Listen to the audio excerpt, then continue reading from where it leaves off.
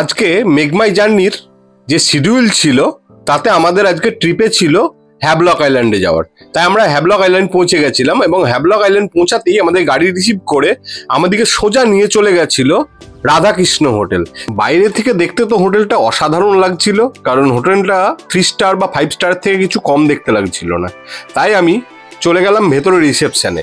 তো আমাদেরকে কিছুক্ষণ ওয়েট করতে হয়েছিল, কারণ চেক আউট টাইম আগেই আমরা ঢুকে গেছিলাম রুম পাওয়ার জন্য। কোন পরেই আমাদেরকে রুম দিয়ে দেওয়া হয়েছিল 2nd ফ্লোরে। তো লিফটের ব্যবস্থা ছিল সব থেকে ভালো বিষয় এখানে, তাই সহজেই চলে গেছিলাম রুমের মধ্যে 2nd ফ্লোরে। আর আপনারা এটা এখন দেখছেন যেটা ওদের কিচেন এরিয়া এবং ডাইনিং এরিয়া, যেখানে বুফে লাগে পুরো খাবারের। এটা আমাদের হ্যাভলকের হোটেল, রাধাকৃষ্ণ হোটেল। হোটেলের এটা রুম, খুব সুন্দর রুম, এসি একদম ফ্রন্ট ভিউ এর জন্য দেওয়া আছে, ট্রান্সপারেন্ট গ্লাস যেখান থেকে আমরা সবকিছু দেখতে পাবো।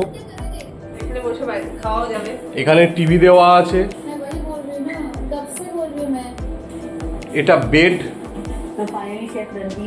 বেডের পেছনে লাইটেরও আছে এবং ইন্টেরিয়রটা খুব সুন্দর। এটা হচ্ছে ড্রেসিং টেবিল, এটা কাভার্ড, আর বাথরুমটাও খুব পরিষ্কার পরিচ্ছন্ন। কোমোড, মিরর,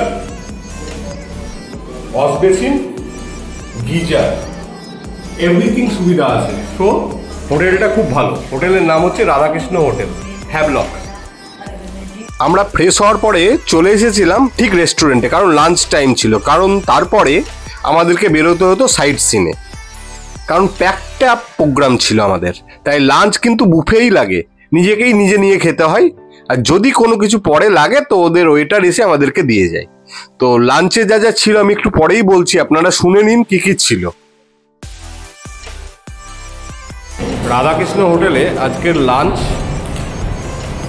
ডাল, ভাত, তরকারি, স্যালাড, আলু ভাজা, পাঁপড়, এর সঙ্গে মাছ আছে, এখনো আমরা পাইনি, পেয়ে যাব। কিন্তু খুব ভালো খাবার লাগছে দেখে। আমাদের মাছের ঝোল চলে এসছে, একদম লাল লাল ঝাল ঝাল।